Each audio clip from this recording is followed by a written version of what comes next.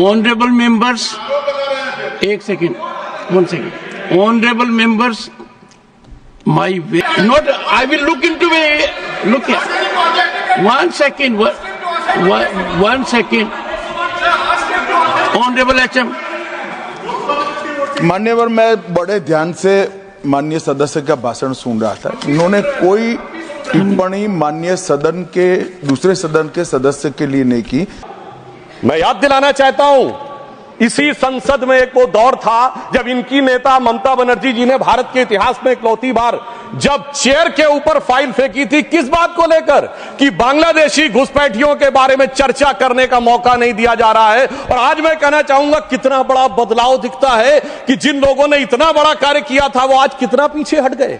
इसे कहते हैं कि वक्त के साथ इंसान कैसा बदलता है। सीए पे मैं कहना चाहूंगा, सीए गृह मंत्रालय का विषय है, नागरिकता, और ये एक संसद के द्वारा पारित कानून था, परंतु राज्य विधानसभाओं ने उसके खिलाफ प्रस्ताव पारित कर दिया। यह सरासर कानून का उल्लंघन था, सरासर संविधान का उल्लंघन था, और मैं कह सकता हूं इसके द्वारा संविधान खतरे में था।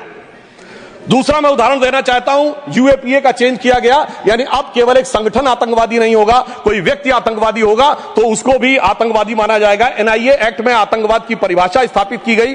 मृत्यु दंड पर यह संशोधन किया गया कि क्षमा याचना केवल संबंधित व्यक्ति ही कर पाएगा, दूसरा नहीं कर पाएगा। आपदा के लिए विशेष धनराशि की व्यवस्था की गई और नक्सलवाद को समाप्त करने में अभूतपूर्व सफलता हमें मिली है। अभी दिसंबर के महीने में हमारे गृह मंत्री अमित शाह जी नक्सलवाद प्रभावित क्षेत्र में सीआरपीएफ के कैंप में पूरी रात गुजार कर आए हैं। जो लोग ये कहने का प्रयास करते हैं कि इसको डर और किससे वो, उससे उनको समझने का प्रयास करना चाहिए। अब वो दौर चले गए सभापति महोदय। मुझे याद है 6 अप्रैल 2010 को दंतेवाड़ा में 76 सीआरपीएफ के जवान शहीद हो गए थे, और उसके बाद ऐसे समाचार आते थे कि देश के कुछ विश्वविद्यालयों में शहीद जवानों के प्रति नहीं, नक्सलवादियों के समर्थन में कार्यक्रम हो रहे थे। वो दौर अब समाप्त हो गया। अब तीसरी श्रेणी में बताना चाहता हूं, वो काम आते हैं, किए हैं गृह मंत्रालय ने, जो पिछली सरकारें कहती रही कि ये नहीं हो सकता, नहीं हो सकता, वो करके दिखाया। धारा 35A, धारा 370। मैं कह सकता हूं जब सरदार पटेल गृह मंत्री थे, राज्यों का महकमा उनके पास था, वो कश्मीर की कसक जो रह गई थी, वो कसक अगर आज समाप्त हुई है तो अगस्त 2019 में अमित शाह जी के शासनकाल में वह समाप्त हुई है। मैं कहना चाहता हूं, श्यामा प्रसाद मुखर्जी जी ने पहला बलिदान दिया था रावी के तट पर 26 जनवरी 1930 को। कांग्रेस के लाहौर अधिवेशन में स्वराज्य की शपथ ली गई थी, पर वो शपथ अधूरी रह गई थी। तो सरदार पटेल के दिल में कसक थी, श्यामा प्रसाद मुखर्जी जी का बलिदान था, और अटल जी के दिल में वेदना थी। उन्होंने कहा था 15 अगस्त का दिन कहता आजादी अभी अधूरी है, सपने सच होने बाकी हैं, रावी की शपथ न पूरी है। परंतु वो शपथ किसने पूर्ण की? प्रधानमंत्री श्री नरेंद्र मोदी जी के नेतृत्व में हमारे वर्तमान गृह मंत्री श्री अमित शाह जी ने उसको पूरा किया। और इसी के साथ मैं एक पंक्ति में कहना चाहूंगा, इतना बड़ा परिवर्तन भारत के इतिहास में आया कि अपनी सरकार की तरफ से और प्रधानमंत्री जी की तरफ से कि दर्द की रात गई, गम के जमाने भी गए, और मोदी जी के हिम्मत से कई दाग पुराने भी गए। इसके अलावा जो कश्मीर में बड़ा परिवर्तन आया, मैं एक उदाहरण बताना चाहता हूं। अभी हमारे साथी ने डर का उल्लेख किया, तो मैं बताना चाहता हूं 10 सितंबर 2024 को भारत के पूर्व गृह मंत्री सुशील कुमार शिंदे जी का बयान था कि मैं गृह मंत्री के रूप में जाता था तो डल लेक में मैं गृह मंत्री के रूप में होता था, और डर के मारे उनकी क्या हालत होती थी, वह शब्द संसदीय नहीं है। तो मैं अपनी स्वरचित पंक्ति में कहना चाहूंगा, हमारे साथी सब समझ जाएंगे कि लहूलुहान थी घाटी और झेलम डरी हुई थी, खामोशियां रातों की दिन में भरी हुई थी, और दहशत का था वो आलम कि डल लेक घूमने में गृह मंत्री के पग के नीचे धरती फटी हुई थी। और आप समझिए आज हमारी स्थिति यह है कि हमारे गृह मंत्री वो हैं जिनको देखकर आतंकवादियों की छाती फटने लगती है, और आतंकवाद के समर्थन करने वालों के छाती में दर्द होने लगता है। सभापति जी, मैं कहना चाहता हूं, उनकी सरकार और हमारी सरकार में यह अंतर था जो भारत की परंपरा में है। उन्होंने बहुत दिन नाग पंचमी की, नागों को दूध पिलाया, हमने जन्मेजय का नाग यज्ञ करके दिखाया जिसमें सारे नाग आकर समाहित हो गए। तो मैं एक पंक्ति में कहना चाहूंगा, कश्मीर घाटी को लहूलुहान करने वालों सुनो, एक भी शहीद हुआ जवान नहीं भूले हैं, और दूध भी पिलाते हैं परंपरा हमारी मित्र, किंतु नाग यज्ञ का विधान नहीं भूले हैं। और मैं ये कहना चाहता हूं, दूसरा उदाहरण, एक सिर्फ दूसरा उदाहरण, हमारे कांग्रेस के युवा नेता जिन्होंने तथाकथित भारत यात्रा निकाली, उसी कश्मीर कहते हैं कि हालात नहीं बदले। इस पूरे देश ने वो दृश्य देखा जब भैया और बहन दोनों सुरक्षित वातावरण में मधुर मनोभावों के साथ बर्फ के गोले के साथ खेलते नजर आ रहे थे। और ये वही कश्मीर था जहां उनके गृह मंत्री के पैर के नीचे धरती फटी जा रही थी। इतना बड़ा बदलाव भी दिखाई नहीं पड़ता।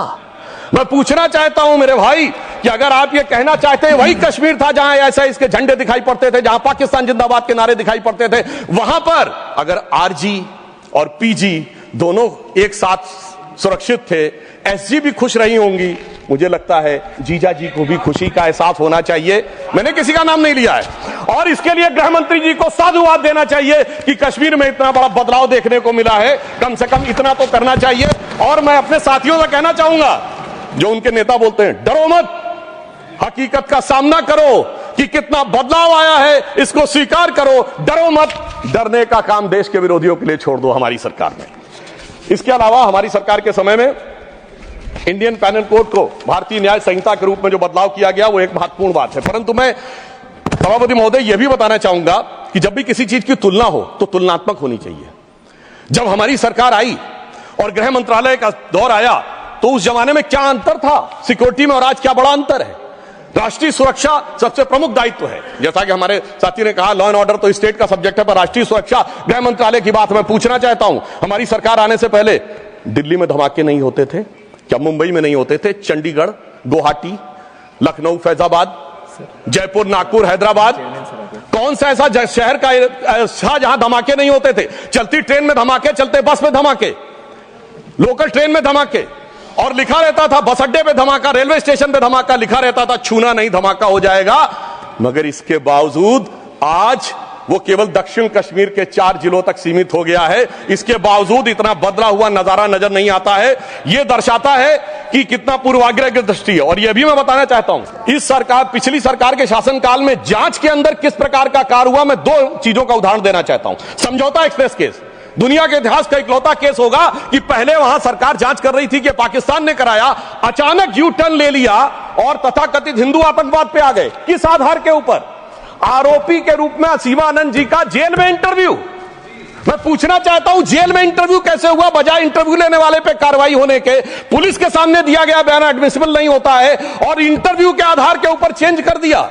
जबकि डेविड कोलमैन हेडली की तीसरी पत्नी फौजिया का अमेरिका में दिया इंटरव्यू है जिसमें सीधे सीधे उसने कहा कि यह पाकिस्तान का इन्वॉल्वमेंट था। दूसरा उदाहरण देना चाहता हूं, इशरत जहां केस। यह दुनिया के इतिहास में इन्वेस्टिगेटिव एजेंसी में एक अद्भुत उदाहरण होगा कि पहले भारत की आईबी और सीबीआई दोनों कह रही थी कि इशरत जहां आतंकवादी है, फिर अचानक सीबीआई ने स्टैंड चेंज कर दिया और कहा वो आतंकवादी नहीं है। मगर सभापति महोदय, आईबी चीफ कहते रहे कि वो आतंकवादी है। यानी ऐसा विचित्र उदाहरण था कि एक ही सरकार की 2 एजेंसी एक दूसरे के खिलाफ बोल रही थी।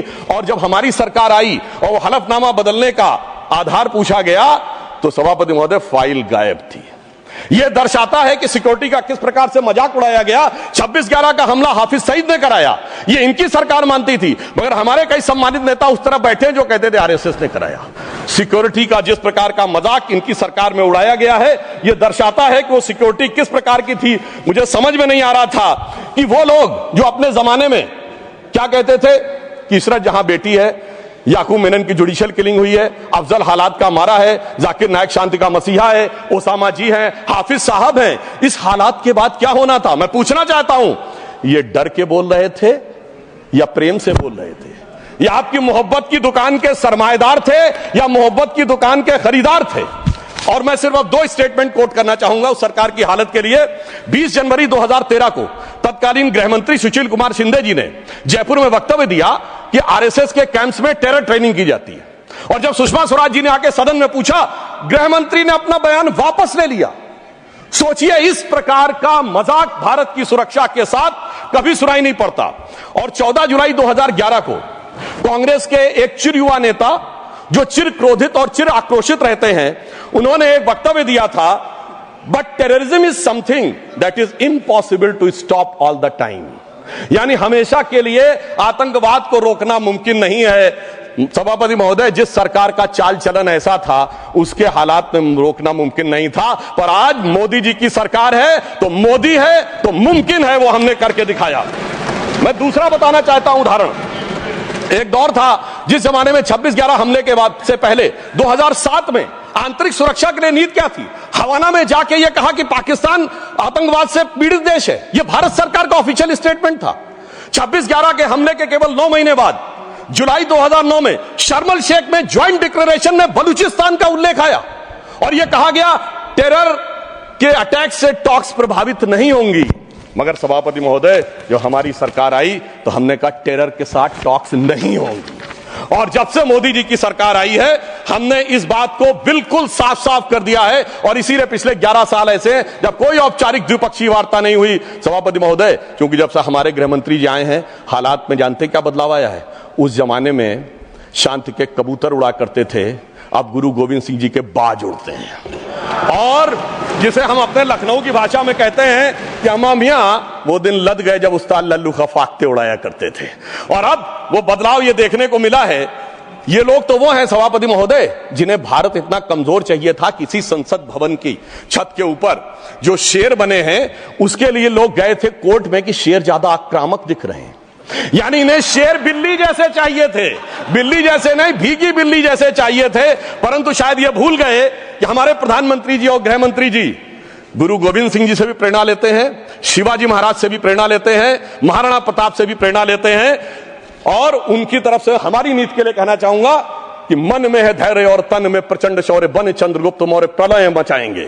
और महाराणा और शिवा की संतति कहाते हम शीश कट जाए भले झुकने ना पाएंगे। और बार बार छेड़िए ना भारत स्वाभिमान को, अन्यथा बाद में बहुत पछताएंगे।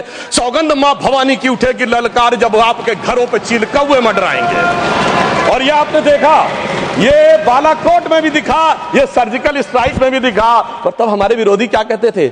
आदमी मरे थे कि कौवे मरे थे, पेड़ गिरी थी कि बिल्डिंग गिरी थी।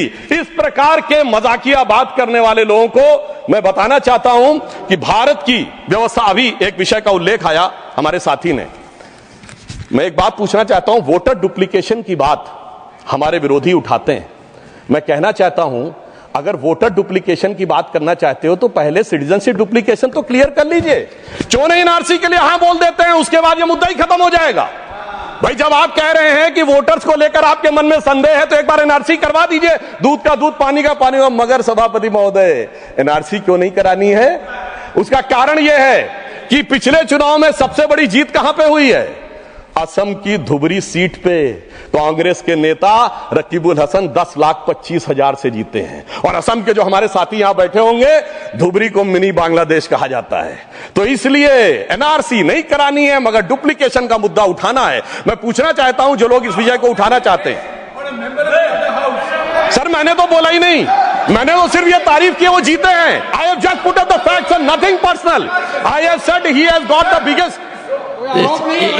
सर, हमने तो सिर्फ एक डाटा बताया है। Sudhanshu ji, take your seat. Honourable members, एक second, 1 second. Honorable members, my very extensive ruling is there that this House, the Council of States, is well within its rights to discuss conduct of any person, including member of that House. Not, I will look into it. Look here. 1 second. 1 second. Honorable HM.